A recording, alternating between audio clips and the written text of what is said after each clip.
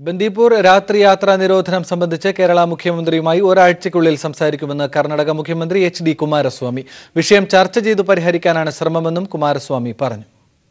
Already our Kerala counterpart Chief Minister discussed with me regarding that Bandipur road issue. I think within 1 week or 10 days we will sit together, Kerala Chief Minister and myself. Whatever problem is there, we will going to solve it. Already at it actually in that work. Tiger Protection Council against that is there, but actually technically how we have to solve it. For that actually we are working out. അഭിമന്യുവിനെ കൊലപ്പെടുത്താൻ ഉപയോഗിച്ച ആയുധങ്ങൾ മഹാരാജാസ് കോളേജിൽ എത്തിച്ചത് കേസിലെ 6ാം പ്രതി പള്ളുരുത്തി സ്വദേശി സനീഷ് ആണെന്ന് police. അഭിമന്യുവിനെതിരെ Saneesh കത്തി വീശുകയും ഭീകരാന്തരീക്ഷം സൃഷ്ടിക്കുകയും ചെയ്തുവെന്ന് പോലീസ് സമർപ്പിച്ച റിമാൻഡ് റിപ്പോർട്ടിൽ പറയുന്നു. എന്നാൽ അഭിമന്യുവിനെ കുത്തിയത് ആരാണെന്ന കാര്യം കഴിഞ്ഞിട്ടില്ല. അഭിമന്യു കേസുമായി ബന്ധപ്പെട്ട് കൃത്യത്തിൽ പങ്കെടുത്ത പ്രതികളിൽ നിന്നും ലഭിച്ച വിവരത്തിന്റെ അടിസ്ഥാനത്തിൽ തയ്യാറാക്കിയ റിമാൻഡ് റിപ്പോർട്ടിലാണ് പോലീസ് കൂടുതൽ വ്യക്തത വരുത്തുന്നത്. മഹാരാജാസ് കോളേജിലേക്ക് എത്തിയ സംഘത്തിൽ ആയുധമായി എത്തിയത് പള്ളുരുത്തി സ്വദേശി സനീഷാണെന്ന് പോലീസ് പറയുന്നു. അഭിമന്യു കൊല്ലപ്പെട്ട ദിവസം 1ാം പ്രതി മുഹമ്മദിന്റെയും മുഹമ്മദ് റിഫയുടെ ആവശ്യപ്രകാരം ആരിഫ് ബിൻ സലീം ചുമതലപ്പെടുത്തിയ കൊലയാളി സംഘത്തിലെ പ്രധാനിയായിരുന്നു 6ാം പ്രതി സനീഷ്. കത്തി, ഇടിക്കട്ട, ഉരുട്ടിയ മരവടി എന്നിവയുമായി എത്തിയ സനീഷും സംഘവും SFIയുടെ ചുവരെഴുത്തും അയച്ച് പ്രകോപനമുണ്ടാക്കി. അഭിമന്യുവിനെതിരെ സനീഷ് കത്തി വീശുകയും ഭീകരാന്തരീക്ഷം സൃഷ്ടിക്കുകയും ചെയ്തു. എന്നാൽ അഭിമന്യുവിനെ കുത്തേറ്റത് ആരുടെ ആയുധത്തിലാണെന്ന് റിമാൻഡ് റിപ്പോർട്ടിൽ വ്യക്തമാക്കിയിട്ടില്ല. കേസിൽ ഇതുവരെ 14 പേരുടെ അറസ്റ്റാണ് രേഖപ്പെടുത്തിയിരിക്കുന്നത്. 1 മുതൽ 6 വരെയുള്ള പ്രതികൾ അറസ്റ്റിലായി കഴിഞ്ഞു. ഇവർ കൃത്യത്തിൽ നേരിട്ട് പങ്കെടുത്തവരാണ്. പ്രതികളെ സഹായിച്ചവരും ഗൂഢാലോചനയിൽ പങ്കെടുത്തവരുമായി മറ്റ് 8 പ്രതികളെയും കസ്റ്റഡിയിലെടുത്ത് ചോദ്യം ചെയ്തു കഴിഞ്ഞു. കൃത്യത്തിൽ നേരിട്ട് പങ്കെടുത്തവരിൽ 8 പേർ ഇനിയും പിടികൂടാനുണ്ട്. News bureau, Kochi. ഇടുക്കി അണക്കെട്ടിലെ ജലനിരപ്പ് 2395 അടിയാകുമ്പോൾ അതീവ ജാഗ്രത നിർദ്ദേശം നൽകാൻ KSEB തീരുമാനം. 2400 അടിയായി ജലനിരപ്പ് എത്തും മുൻപ് അണക്കെട്ട് തുറന്നേക്കുമെന്ന് വൈദ്യുതി വകുപ്പ് മന്ത്രി M. മണി പറഞ്ഞു. നീരൊഴുക്ക് നിലവിലെ സാഹചര്യത്തിൽ തുടർന്നാൽ ബുധനാഴ്ച ഡാം തുറന്നേക്കും. 2403 അടിയാണ് ഡാമിന്റെ പരമാവധി സംഭരണശേഷി. ഇടുക്കി അണക്കെട്ട് തുറക്കേണ്ടി വരുന്ന സാഹചര്യമുണ്ടായാൽ സ്വീകരിക്കേണ്ട മുന്നൊരുക്കങ്ങൾ സംബന്ധിച്ച തീരുമാനങ്ങൾ ചർച്ച ചെയ്യുന്നതിന് കളക്ടറേറ്റ് ചേർന്ന യോഗത്തിലാണ് മന്ത്രി M. മണിയുടെ പ്രതികരണം. 2400 വരെ കാത്തിരിക്കേണ്ട കാര്യമില്ല. കുറച്ചാണ് ഒരേ ഇടയ്ക്ക് പൂർണ്ണമായി തുറന്നുവിട്ടാൽ അത് നമ്മുടെ ജില്ലയിൽ, എറണാകുളം ജില്ലയിലെ ആയിരക്കണക്കിന് കാലുകളിലെല്ലാം ഉണ്ടാക്കാവുന്ന ഗുരുതരമായ പ്രശ്നം ഉണ്ടാകുന്നതാണ്. അതുകൊണ്ട് 2400 വരെ പോകാതെ തുറക്കണം. അത് ക്രമേണ കുറേശ്ശെ തുറന്നുകൊണ്ടാൽ ഇപ്പോഴത്തെ പ്രശ്നത്തെ നേരിടാം എന്നാണ്. രാത്രികാലങ്ങളിൽ തുറക്കേണ്ടെന്നും മന്ത്രി ഉദ്യോഗസ്ഥർക്ക് നിർദ്ദേശം നൽകി. ഡാം തുറക്കേണ്ട സാഹചര്യത്തിൽ ജനവാസമുള്ള പെരിയാർ തീരങ്ങളിൽ പോലീസ്, ഫയർഫോഴ്സ്, KSEB, റവന്യൂ എന്നിവരുടെ നേതൃത്വത്തിൽ ശക്തമായ സുരക്ഷ ഏർപ്പെടുത്തണം. വാർത്താവിനിമയ സംവിധാനങ്ങൾ ഒരുക്കണം. വേണ്ട സ്ഥലങ്ങളിൽ വെളിച്ചം ഏർപ്പെടുത്തണം. മരങ്ങൾ കടപുഴകി വീണാൽ മുറിച്ചുമാറ്റുന്നതിന് പ്രദേശത്തുള്ള നാട്ടുകാരെ ടീമിൽ ചേർക്കാൻ ഉൾപ്പെടെയുള്ള കാര്യങ്ങൾ യോഗത്തിൽ തീരുമാനമായി. MP, MLAമാർ, ജില്ലാ പോലീസ് സൂപ്രണ്ട്, പ്രധാന വകുപ്പ് മേധാവികളും യോഗത്തിൽ പങ്കെടുത്തു. News bureau, Idukki. മഴക്കെടുതി വിലയിരുത്താൻ മുഖ്യമന്ത്രി പിണറായി വിജയന്റെ അധ്യക്ഷതയിൽ യോഗം ചേരാൻ തീരുമാനം. ഓഗസ്റ്റ് 5-ന് ആലപ്പുഴയിലാണ് യോഗം. പ്രളയബാധിത പ്രദേശങ്ങൾക്കുള്ള പ്രത്യേക പാക്കേജ് അടുത്ത മന്ത്രിസഭാ യോഗം പ്രഖ്യാപിക്കും. കോട്ടയം, ആലപ്പുഴ ജില്ലകളിലെ ജനങ്ങളുടെ രോഗപ്രതിരോധം ഉറപ്പാക്കാനായി പ്രത്യേക ആരോഗ്യ സംഘത്തെ നിയോഗിക്കാനും മന്ത്രിതല യോഗത്തിൽ തീരുമാനമായി. കോട്ടയം, ആലപ്പുഴ ജില്ലകളെ സാരമായാണ് മഴ ബാധിച്ചത്. നിലവിൽ അവിടുത്തെ നാശനഷ്ടങ്ങളെക്കുറിച്ച് ഇന്ന് ചേർന്ന മന്ത്രിതല യോഗം വിലയിരുത്തി. തുടർ പ്രവർത്തനങ്ങൾക്കും നിർദ്ദേശം നൽകി. ഓഗസ്റ്റ് 5-ന് മുഖ്യമന്ത്രി പിണറായി വിജയന്റെ അധ്യക്ഷതയിൽ ഉന്നതതല യോഗം ചേരാനും യോഗം തീരുമാനിച്ചതായി മന്ത്രി G. സുധാകരൻ വ്യക്തമാക്കി. നല്ല തരത്തിൽ കൈകാര്യം ഞാൻ ഉദ്ദേശിക്കുക. എല്ലാ കാര്യം വെള്ളം ഇറങ്ങുമ്പോഴാണ് ഇനിയും കൂടുതൽ ശ്രദ്ധിക്കേണ്ട കാര്യം. 5-ാം തീയതി രാവിലെ 10:30 മണിക്ക് ആലപ്പുഴ വിപുലമായ റിവ്യൂ മീറ്റിംഗ് വെക്കാൻ പറഞ്ഞു. ഞാൻ കളക്ടറെ വിളിച്ചറിയിച്ചു. റിവ്യൂ മീറ്റിംഗ് വെക്കുന്നുണ്ട്. മുഖ്യമന്ത്രി പങ്കെടുത്തുകൊണ്ട് നല്ല റിവ്യൂ മീറ്റിംഗ്. പ്രളയബാധിത പ്രദേശങ്ങൾക്കുള്ള പ്രത്യേക പാക്കേജ് അടുത്ത മന്ത്രിസഭാ യോഗം പ്രഖ്യാപിക്കും. ഇതിന് ഇന്നത്തെ യോഗത്തിൽ ധാരണയായി. കൃഷിവകുപ്പ് സെക്രട്ടറിയും ഉദ്യോഗസ്ഥരും കുട്ടനാട്ടിലെ കൃഷിനാശത്തെക്കുറിച്ചും ആരോഗ്യവകുപ്പ് സെക്രട്ടറിയും ഡയറക്ടറും പ്രളയബാധിത മേഖലകളിലെ ആവശ്യമായ രോഗപ്രതിരോധ പ്രവർത്തനങ്ങളെക്കുറിച്ചും യോഗത്തിൽ വിശദീകരിച്ചു. ഇതിന്റെ അടിസ്ഥാനത്തിൽ ഈ മേഖലകളിൽ വെള്ളം ഇറങ്ങുന്ന സാഹചര്യത്തിൽ കൂടുതൽ ആരോഗ്യ പ്രവർത്തകരെ ഇറക്കി പ്രതിരോധ പ്രവർത്തനങ്ങൾ നടത്തും. കുട്ടനാട്ടിൽ പ്രത്യേക ആരോഗ്യ സംഘത്തെ തന്നെ നിയോഗിക്കാനും തീരുമാനമായി. വെള്ളക്കെട്ടൊഴിയുന്ന സാഹചര്യത്തിൽ രോഗങ്ങൾ പടർന്നു പിടിക്കാനുള്ള സാധ്യത മുന്നിൽ കണ്ടാണ് മുൻകരുതൽ നടപടികൾ സർക്കാർ കൈക്കൊള്ളുന്നത്. അടുത്ത മാസം ചേരുന്ന യോഗത്തിൽ ഈ പ്രവർത്തനങ്ങളെല്ലാം വിലയിരുത്തും. മന്ത്രി തോമസ് ഐസക്കിന്റെ അധ്യക്ഷതയിൽ ചേർന്ന യോഗത്തിൽ മന്ത്രിമാരായ G Sudhakaran, E Chandrasekharan, Mathew T Thomas എന്നിവരും പങ്കെടുത്തു.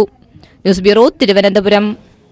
കുട്ടനാട്ടിൽ കോളറ അടക്കമുള്ള പകർച്ചവ്യാധികൾക്ക് സാധ്യതയെന്ന് പഠന റിപ്പോർട്ട്. കമ്മ്യൂണിറ്റി മെഡിസിൻ വിഭാഗവും മാനസിക രോഗ വിഭാഗവും അടങ്ങുന്ന വിദഗ്ധ ഡോക്ടർമാരുടെ സംഘം കഴിഞ്ഞ ദിവസം നടത്തിയ പഠന റിപ്പോർട്ട് ആരോഗ്യവകുപ്പിന് കൈമാറി. വരും ദിവസങ്ങളിൽ കുട്ടനാട് ആരോഗ്യവകുപ്പിന്റെ സൂക്ഷ്മ നിരീക്ഷണത്തിലായിരിക്കുമെന്നും റിപ്പോർട്ട് പറയുന്നു. പ്രളയത്തിന് ശേഷം കുട്ടനാട് നേരിടേണ്ടി വരുന്നത് കോളറ അടക്കമുള്ള പകർച്ചവ്യാധികളെന്ന് ഡോക്ടർമാരുടെ വിദഗ്ധ സംഘം. ഇത് സംബന്ധിച്ച പഠന റിപ്പോർട്ട് ആരോഗ്യവകുപ്പിന് ഇവർ കൈമാറി. കഴിഞ്ഞ ദിവസമാണ് കമ്മ്യൂണിറ്റി മെഡിസിൻ വിഭാഗവും മാനസിക വിഭാഗത്തിലെ ഡോക്ടർമാരടങ്ങുന്ന സംഘവും കുട്ടനാട്ടിലെത്തിയത്. പ്രളയക്കെടുതി നേരിടുന്ന പ്രദേശങ്ങളിൽ സംഘം സന്ദർശനം നടത്തി. വരുന്ന 2-3 മാസക്കാലം കുട്ടനാട് സൂക്ഷ്മ നിരീക്ഷണത്തിലായിരിക്കണം. കുറഞ്ഞത് 20 വീടിന് ഒരാളെന്ന കണക്കിലാവണം നിരീക്ഷണം നടക്കേണ്ടത്. ഇതുമൂലം പനിയോ മറ്റു പകർച്ചവ്യാധികളോ തുടക്കത്തിൽ തന്നെ നിയന്ത്രിക്കാനാവും. മുൻകാലങ്ങളിൽ കോളറ അടക്കമുള്ള പകർച്ചവ്യാധികളുണ്ടായ പ്രദേശമെന്ന നിലയിൽ വളരെ ഗൗരവത്തോടെ പ്രതിരോധ പ്രവർത്തനം നടത്തണമെന്നും കമ്മ്യൂണിറ്റി മെഡിസിൻ വിഭാഗം നൽകിയ റിപ്പോർട്ടിൽ സൂചിപ്പിക്കുന്നു. പകർച്ചവ്യാധി തടയുന്നതിനൊപ്പം പ്രളയത്തോടൊപ്പം കുട്ടനാട്ടിലെത്തിയിരിക്കുന്ന പ്ലാസ്റ്റിക് മാലിന്യങ്ങളും ജലനിരപ്പ് താഴുന്നതിന് മുൻപ് തന്നെ നീക്കം ചെയ്യണം. ഇതിന് കുട്ടനാടുമായി ബന്ധപ്പെട്ട് പ്രവർത്തിക്കുന്നവരെ തന്നെ നിയോഗിക്കണമെന്നും റിപ്പോർട്ടിൽ പറയുന്നു. സ്വന്തം കിടപ്പാടവും കൃഷിയും നഷ്ടപ്പെട്ട ഒട്ടനവധി ആളുകളാണ് കുട്ടനാട്ടിലുള്ളത്. ഇവരിൽ പലരും ബന്ധുവീടുകളിലാണ് ഇപ്പോൾ അഭയം പ്രാപിച്ചിരിക്കുന്നത്. ഇവർ മടങ്ങി വീടുകളിലേക്ക് വരുമ്പോൾ ഇവർക്ക് വേണ്ട മാനസിക ബലം നൽകുന്നതിന് കുട്ടികളടക്കമുള്ളവർക്ക് കൗൺസിലിംഗ് നൽകണമെന്നും റിപ്പോർട്ടിൽ പറയുന്നു. മെഡിക്കൽ, ആയുർവേദം, ഹോമിയോ തുടങ്ങി വിവിധ സംഘങ്ങൾ നിലവിൽ പ്രതിരോധ പ്രവർത്തനം നടത്തി വരുന്നുണ്ട്. എങ്കിലും താഴെത്തട്ടിലുള്ള സൂക്ഷ്മ നിരീക്ഷണമാണ് അടിയന്തരമായി നടപ്പിലാക്കേണ്ടത്. രോഗപ്രതിരോധ പ്രവർത്തനത്തിനൊപ്പം താഴെത്തട്ടിലുള്ള സൂക്ഷ്മ നിരീക്ഷണം കൂടി നടത്തിയാൽ മാത്രമേ കുട്ടനാടിനെ ബാധിക്കാനുള്ള പകർച്ചവ്യാധിയിൽ നിന്ന് രക്ഷപ്പെടാൻ കഴിയുകയുള്ളൂ. ക്യാമറാമാൻ ഇമ്മാനുവൽ ഫ്രാൻസിസിനൊപ്പം ഷാജഹാൻ. സാമൂഹ്യ വിരുദ്ധരുടെ സൈബർ ആക്രമണത്തിന് ഇരയായ ഹനാനെ സംസ്ഥാന വനിതാ കമ്മീഷൻ അധ്യക്ഷ MC ജോസഫൈൻ സന്ദർശിച്ചു. ഹനാൻ എല്ലാവിധ പിന്തുണയും നൽകുമെന്ന് MC ജോസഫൈൻ പ്രതികരിച്ചു. സ്ത്രീകൾക്കെതിരായ സൈബർ ആക്രമണങ്ങളെ പൊതുസമൂഹം നേരിടണമെന്ന് MC ജോസഫൈൻ കൂട്ടിച്ചേർത്തു. പിറവത്തിനടുത്ത് മണിയുടെ സ്വകാര്യ ചാനലിന്റെ ചിത്രീകരണ സ്ഥലത്ത് ചെന്നാണ് വനിതാ കമ്മീഷൻ അധ്യക്ഷ MC ജോസഫൈൻ ഹനയെ കണ്ടത്. കൂടിക്കാഴ്ച 1 മണിക്കൂറോളം നീണ്ടു. ഹനയിൽ നിന്ന് എല്ലാ വിവരങ്ങളും വനിതാ കമ്മീഷൻ അധ്യക്ഷ ചോദിച്ചറിഞ്ഞു. ഭാവി ജീവിതത്തിൽ വനിതാ കമ്മീഷന്റെ എല്ലാ പിന്തുണയും ഉണ്ടാകുമെന്ന് ഹനയ്ക്ക് MC ജോസഫൈൻ ഉറപ്പു നൽകി. വനിതാ കമ്മീഷൻ സംബന്ധിച്ച് ഇനി ശ്രദ്ധിച്ചുകൊണ്ടിരിക്കും. ഹനാനോട് ഞാൻ പറഞ്ഞിട്ടുണ്ട്, എന്ത് പ്രശ്നം, എന്ത് മാനസിക ബുദ്ധിമുട്ടുണ്ടായാലും ഞങ്ങളെ വനിതാ കമ്മീഷനെ അറിയിക്കണം. അറിയോ? അപ്പോൾ അത്തരത്തിലാണ് നമ്മുടെ പിന്തുണ. മറ്റു വിധത്തിലുള്ള പിന്തുണകൾ ആരെങ്കിലുമൊക്കെ സഹായിച്ച് ആ കുട്ടിയുടെ ജീവിതത്തെക്കുറിച്ച് ഞങ്ങളോട് ആ കുട്ടി വിശദീകരിക്കുകയുണ്ടായി. സ്ത്രീകൾക്കെതിരെ നടക്കുന്ന സൈബർ ആക്രമണങ്ങൾക്കെതിരെ ശക്തമായ നടപടി വേണമെന്ന് വനിതാ കമ്മീഷൻ അധ്യക്ഷ ആവശ്യപ്പെട്ടു. സ്ത്രീകളെ സൈബർ ആക്രമണത്തിന് ഇരയാക്കുന്ന സാമൂഹ്യ വിരുദ്ധരെ പൊതുസമൂഹം നേരിടണമെന്നും MC ജോസഫൈൻ പറഞ്ഞു. ഇവിടെ വ്യത്യാസമില്ല. എന്ത് വനിതാ കമ്മീഷൻ, എന്ത് ഹനാൻ, എന്ത് ഹരീഷിന്റെ കുടുംബം ഒരു നോവൽ എഴുതി എന്നുള്ളതിന്റെ പേരിൽ ആ കുടുംബത്തെ ആക്രമിക്കേണ്ട വല്ല കാര്യമുണ്ടോ? അപ്പൊ ഇവിടെ സ്ത്രീ എന്ന് പറഞ്ഞാൽ ഈ സമൂഹം എങ്ങനെയാണ് കാണുന്നത്? വനിതാ കമ്മീഷൻ അംഗം അഡ്വക്കേറ്റ് ഷിജി ശിവജിയും MC ജോസഫൈനൊപ്പമുണ്ടായിരുന്നു. News bureau, Kochi. വസ്തുതകൾ മനസ്സിലാക്കാതെ സോഷ്യൽ മീഡിയയിൽ പ്രതികരണം നടത്തരുതെന്ന് മുഖ്യമന്ത്രി പിണറായി വിജയൻ. അത്തരത്തിൽ എഴുതുന്നവർ സംയമനം പാലിക്കണമെന്ന് മുഖ്യമന്ത്രി പറഞ്ഞു. അതേസമയം സംസ്ഥാന വനിതാ കമ്മീഷൻ അധ്യക്ഷയെ സോഷ്യൽ മീഡിയയിൽ അവഹേളിച്ച സംഭവം അപലപനീയമെന്നും ഹനാന് CPIM പൂർണ്ണ പിന്തുണ നൽകുന്നുവെന്നും കോടിയേരി ബാലകൃഷ്ണൻ. സോഷ്യൽ മീഡിയയിലെ വിമർശനങ്ങൾ സംസ്കാര സമ്പന്നമായിരിക്കണമെന്ന് CPIM പൊളിറ്റ് ബ്യൂറോ അംഗം MA ബേബിയും പ്രതികരിച്ചു. സൈബർ ആക്രമണം എന്നത് ഈ സൈബർ ലോകത്ത് ഈ ആളുകൾ തോന്നിയതുപോലെ എഴുതുന്ന നിലയാണല്ലോ ഇപ്പോൾ ഉള്ളത്. അതിൻ്റെ ഭാഗമായിട്ട് വരുന്ന കാര്യങ്ങളാണ്. അതിലെഴുതുന്നവർ സ്വതവേ കാര്യങ്ങൾ മനസ്സിലാക്കാൻ ശ്രദ്ധിക്കണം, സംയമനം പാലിക്കണം, വസ്തുതകളായിരിക്കണം നാടിൻ്റെ മുമ്പിൽ അവതരിപ്പിക്കുന്നത്. ഇപ്പോൾ വനിതാ കമ്മീഷൻ ചെയർമാനെതിരായിട്ട് നടന്നിട്ടുള്ള സൈബർ ആക്രമണത്തെ അത്യന്തം അപലപനീയമാണെന്ന് കർശനമായ നടപടി ആ പ്രശ്നത്തിൻ്റെ പേരിൽ ഗവൺമെൻറ് സ്വീകരിക്കണം. ഹനാന് പൂർണ്ണമായ പിന്തുണ CPM-ന്റെ ഭാഗത്തുണ്ടാവും. എനിക്ക് വിയോജിപ്പുള്ളത് പറഞ്ഞാൽ അവരെ പോയി കൊല്ലും എന്നതുപോലെയാണ് സൈബർ ക്രിമിനലുകൾ എന്ന് വിളിക്കാവുന്ന ആളുകൾ ഈ സൈബർ ലോകത്തേക്ക് ഇറങ്ങി വളരെ ഹീനമായ ഭാഷയിൽ ശാരീരികമായി ഹിംസിക്കുന്നതിന് സമാനമായി ഭാഷാപരമായി ഹിംസിക്കുന്ന ഒരു രീതി ഇപ്പോൾ വ്യാപകമായി ഉയർന്നു വന്നിരിക്കുകയാണ്. അതേസമയം ഹനാനെ സോഷ്യൽ മീഡിയയിലൂടെ ആക്ഷേപിച്ച സംഭവത്തിൽ ഒരാളെ പോലീസ് കസ്റ്റഡിയിലെടുത്തു. വയനാട് സ്വദേശി നൂറുദ്ദീൻ ഷെയ്ഖിനെയാണ് പാലാരിവട്ടം പോലീസ് കസ്റ്റഡിയിലെടുത്ത് ചോദ്യം ചെയ്തു വരുന്നത്. പെൺകുട്ടിയെ ആക്ഷേപിച്ച ആദ്യം വീഡിയോ പോസ്റ്റ് ചെയ്ത നൂറുദ്ദീൻ ഷെയ്ഖിനെതിരെ കഴിഞ്ഞ ദിവസം തന്നെ പോലീസ് കേസെടുത്തിരുന്നു. പഠനം മുൻപോട്ട് കൊണ്ടുപോകാനും കുടുംബം പുലർത്താനുമായി കൊച്ചി തമ്മനത്ത് മീൻ വിൽപ്പന നടത്തിവന്ന ഹനാന്റെ ജീവിതം വാർത്തയായതിനു പിറകെ നിരവധി പേർ അപവാദ പ്രചരണവുമായി രംഗത്തിറങ്ങിയിരുന്നു. ഇതേ തുടർന്ന് മുഖ്യമന്ത്രി പിണറായി വിജയൻ വിഷയത്തിൽ ഇടപെടുകയും പെൺകുട്ടിക്ക് പൂർണ്ണ പിന്തുണ പ്രഖ്യാപിക്കുകയും ചെയ്തിരുന്നു. സാമൂഹ്യ മാധ്യമങ്ങളിലൂടെ ഹനാനെ ആക്ഷേപിക്കുന്നവർക്കെതിരെ കർശന നടപടി സ്വീകരിക്കാൻ മുഖ്യമന്ത്രി DGPക്ക് നിർദ്ദേശം നൽകുകയും ചെയ്തു. ഇതേ തുടർന്നാണ് പോലീസ് നടപടി തുടങ്ങിയത്.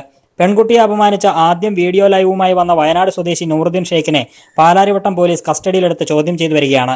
ജാമ്യമില്ലാ വകുപ്പ് പ്രകാരം ഇയാൾക്കെതിരെ ഇന്നലെ തന്നെ കേസെടുത്തിരുന്നു. ഹനാന്റെ മൊഴി രേഖപ്പെടുത്തിയ ശേഷമായിരുന്നു പോലീസ് കേസെടുത്തത്. നൂറുദ്ദീൻ ഷെയ്ഖിന്റെ വീഡിയോ ഷെയർ ചെയ്തവർ ഉൾപ്പെടെ ഹനാനെ ആക്ഷേപിച്ച കൂടുതൽ പേർക്കെതിരെ നടപടിയെടുക്കാനാണ് പോലീസിന്റെ തീരുമാനം.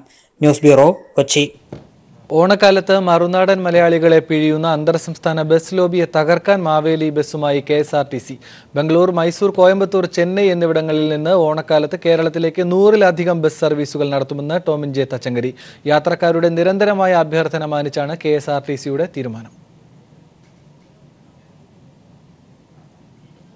ഇതര സംസ്ഥാനങ്ങളിൽ ജോലി ചെയ്യുന്ന മലയാളികളെ ഓണക്കാലത്ത് സ്വകാര്യ ബസ് ഓപ്പറേറ്റർമാർ പിഴിയുന്നത് നിത്യസംഭവമാണെന്നിരിക്കെ അതിന് ബദലെന്നോണമാണ് മാവേലി ബസ്സുകളുമായി KSRTC രംഗത്തെത്തിയിരിക്കുന്നത്.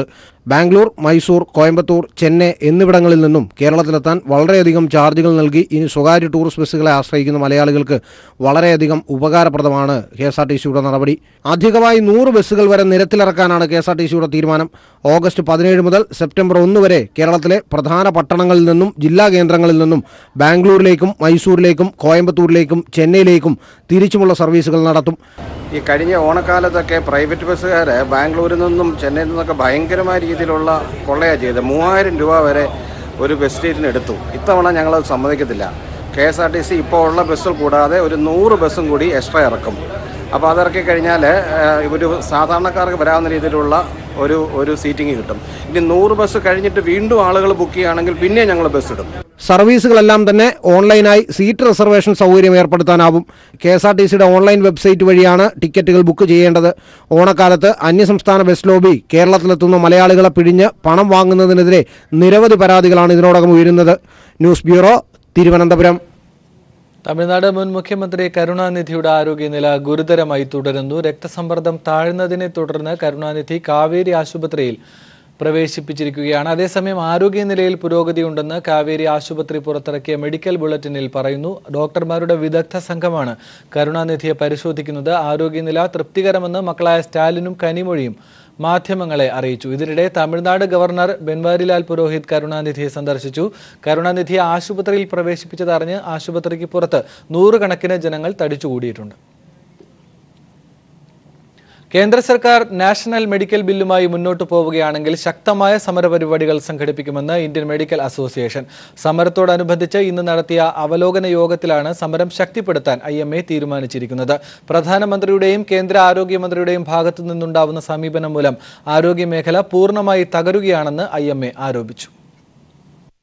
രാജ്യത്തെ ആരോഗ്യ മേഖലയെ തകർക്കാനുള്ള കേന്ദ്ര സർക്കാരിന്റെ നാഷണൽ മെഡിക്കൽ ബിൽ നടപ്പാക്കുന്നതിൽ നിന്ന് സർക്കാർ പിന്മാറിയില്ലെങ്കിൽ സമരം ശക്തമാക്കാനാണ് IMAയുടെ തീരുമാനം. രോഗികളുടെ ബുദ്ധിമുട്ട് കണക്കിലെടുത്ത് നിലവിൽ OP മാത്രമേ ഡോക്ടർമാർ ബഹിഷ്കരിച്ചിരുന്നുള്ളൂ. എന്നാൽ തുടർ സമരം കൂടുതൽ പ്രക്ഷുബ്ധമാവുമെന്ന് IMA വ്യക്തമാക്കി. നാഷണൽ മെഡിക്കൽ ബിൽ നടപ്പിലാക്കുന്നതോടെ ജനാധിപത്യപരമായ പ്രാതിനിധ്യം ഉണ്ടായിരുന്ന ഭരണനിർവാഹക സമിതി ഇല്ലാതാവും. സർക്കാർ നാമനിർദ്ദേശം ചെയ്യുന്ന അംഗങ്ങളെ മാത്രം ഉൾപ്പെടുത്തിക്കൊണ്ട് രൂപീകരിക്കുന്ന നാഷണൽ മെഡിക്കൽ ബിൽ വൻ അഴിമതിക്കാവും വഴിവെക്കുക. അതുകൂടാതെ ബ്രിഡ്ജ് കോഴ്സുകൾ വഴി വ്യാജ വൈദ്യന്മാരെ സൃഷ്ടിക്കുവാനും സാധ്യതയുണ്ട്. ഇങ്ങനെയുള്ള നിരവധി കാരണങ്ങളാണ് ഇന്ത്യൻ മെഡിക്കൽ അസോസിയേഷൻ ഉയർത്തുന്നത്. ഇപ്പോഴും 50% ഫീസുകൾ മാനേജ്മെന്റിന് ഫീസ് തീരുമാനിക്കാൻ പറ്റും. സർക്കാർ നിയന്ത്രണമില്ല. അപ്പോൾ അത് കുത്തകകൾക്ക് വഴിതെളിക്കും. അതുപോലെ പിന്നെ സംസ്ഥാന സർക്കാരുകൾക്ക് ബ്രിഡ്ജ് വേണമെങ്കിൽ ചെയ്യാനുള്ള അധികാരം കൊടുക്കുകയാണ്. അത് ഓൾറെഡി 6 സംസ്ഥാനത്ത് ഇതിൽ ഭാഗികമായി നിലവിലുണ്ട്. അപ്പോൾ അത് ആരോഗ്യരംഗത്ത് വലിയ ശിഥിലീകരണം ഉണ്ടാക്കും. സർക്കാർ നാമനിർദ്ദേശം ചെയ്യുന്ന 29 പേരിൽ 5 പേര് മാത്രമാണ് തിരഞ്ഞെടുക്കപ്പെടുന്നത്. അപ്പോൾ ഒരു സംസ്ഥാനത്തിന് 20 കൊല്ലത്തിൽ അല്ലെങ്കിൽ 10 കൊല്ലത്തിൽ ഒരിക്കൽ മാത്രമേ ഈ സമിതിയിൽ വരാൻ പറ്റുള്ളൂ. കഴിഞ്ഞ പാർലമെന്റ് സമ്മേളനത്തിൽ നാഷണൽ മെഡിക്കൽ ബിൽ നടപ്പിലാക്കാൻ കേന്ദ്ര സർക്കാർ ശ്രമിച്ചപ്പോൾ രാജ്യവ്യാപകമായി ഡോക്ടർമാർ നടത്തിയ സമരത്തെ തുടർന്ന് കേന്ദ്ര സർക്കാർ ഇത് നടപ്പിലാക്കിയിരുന്നില്ല. MBBS പഠനം പൂർത്തിയാക്കുന്നവർക്ക് ഗ്രാമീണ സേവനം നടത്താനുള്ള റിക്രൂട്ട്മെന്റ് സർക്കാർ നടപ്പിലാക്കണം. അതോടൊപ്പം ഡോക്ടേഴ്സിന് PG സീറ്റിന് പ്രവേശനം അനുവദിക്കുക. ഇതോടെ റൂറൽ മേഖലയിൽ ആരോഗ്യ മേഖല ശക്തിപ്പെടുമെന്നാണ് IMAയുടെ വാദം. ആർമിക്ക് ഏറ്റവും ദുഷ്കരമായ സ്ഥലങ്ങളിൽ ഡോക്ടർമാരെ എത്തിക്കാമെങ്കിൽ ഇന്ത്യയിലെ ഗ്രാമങ്ങളിൽ എന്തുകൊണ്ട് സർക്കാരിന് ഡോക്ടർമാരെ എത്തിക്കാൻ സാധിക്കുന്നില്ല? റിക്രൂട്ട്മെന്റ് മെക്കാനിസത്തിന്റെ അഭാവമാണത്. News bureau, Delhi. പയ്യോളി നഗരസഭാ ഭരണം LDFന് LDFിലെ VT ഉഷ ചെയർപേഴ്സണായും KV ചന്ദ്രൻ വൈസ് ചെയർമാനായും തെരഞ്ഞെടുക്കപ്പെട്ടു. ലോക് താന്ത്രിക് ജനതാദൾ LDFിനെ പിന്തുണച്ചതോടെയാണ് UDF ഭരിച്ചിരുന്ന പയ്യോളിയിൽ ഭരണം മാറിയത്.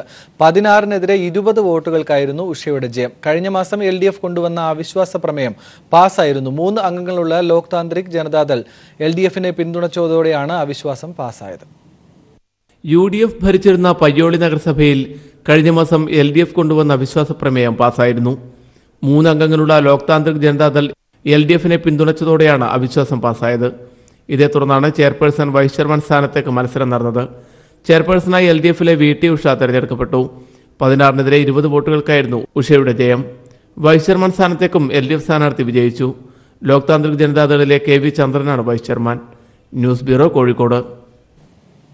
കേരളത്തിന്റെ വികസനം പുതിയ ഘട്ടത്തിലേക്ക് കടന്നിരിക്കുന്നുവെന്ന് ധനമന്ത്രി തോമസ് ഐസക്. അടുത്ത 3 വർഷത്തിൽ വികസനത്തിനായി 50,000 കോടി രൂപ വിനിയോഗിക്കുമെന്നും തോമസ് ഐസക് പറഞ്ഞു. തിരുവനന്തപുരം നിശാഗന്ധിയിൽ 3ാം എഞ്ചിനീയേഴ്സ് കോൺഗ്രസ് ഉദ്ഘാടനം ചെയ്ത് സംസാരിക്കുകയായിരുന്നു ധനമന്ത്രി. ലോങ് ടൈം ഇൻവെസ്റ്റ്മെന്റിന് എങ്ങനെ ബോണ്ടുകളെയൊക്കെ പ്രയോജനപ്പെടുത്താം, അതിനുവേണ്ടി ഒരുപാട് പുതിയ നിയമങ്ങളൊക്കെ ഉണ്ടാക്കിയിട്ടുണ്ട്. പുതിയ ഇൻസ്ട്രുമെന്റ്, മസാല ബോണ്ട് എന്നൊക്കെ പറഞ്ഞുള്ള ഇൻസ്ട്രുമെന്റ്സ് ഉണ്ടായി. അതൊക്കെ കോർപ്പറേറ്റുകൾ മാത്രം അവിടെ കളിക്കാറുള്ളൂ. അവർക്ക് വേണ്ടിയിട്ടാണ്. നമുക്കും കയറിയാൽ എന്താ അവിടെ? So we form a company which will utilise the new and emerging financial instrument to mobilize resources from the capital market, formal capital market. എന്നിട്ടോ ആ പണം സർക്കാരിന് കൊടുക്കാൻ പറ്റത്തില്ല. അപ്പോൾ നിയമവിരുദ്ധമാണ്. We have SPVs, SPV, road fund board എന്നാവാം, construction corporation ആവാം, റോഡ്സ് ആൻഡ് ബ്രിഡ്ജസ് കോർപ്പറേഷൻ ആവാം. അവർ വഴി ഈ കാര്യങ്ങൾ ചെയ്യാം. നമുക്ക് നാട്ടിൽ കാര്യങ്ങൾ നടക്കണമെന്നല്ല, നമ്മുടെ കയ്യിൽ കൂടി തന്നെ നടത്തണമെന്നല്ല വാശി. So it has inaugurated A new ഇറ. എങ്ങനെ ഇത് ഫിനാൻസ് ചെയ്യും? ഹ്യൂജ്. ഒരു 50,000 കോടി രൂപ ഒരു 3 വർഷം കൊണ്ട് ഈ കേരളത്തിൽ മുടക്കുന്നതിനെ കുറിച്ചാണ് ചർച്ച ചെയ്യുന്നത്. അങ്ങോട്ട് മണ്ണൂർക്ക്.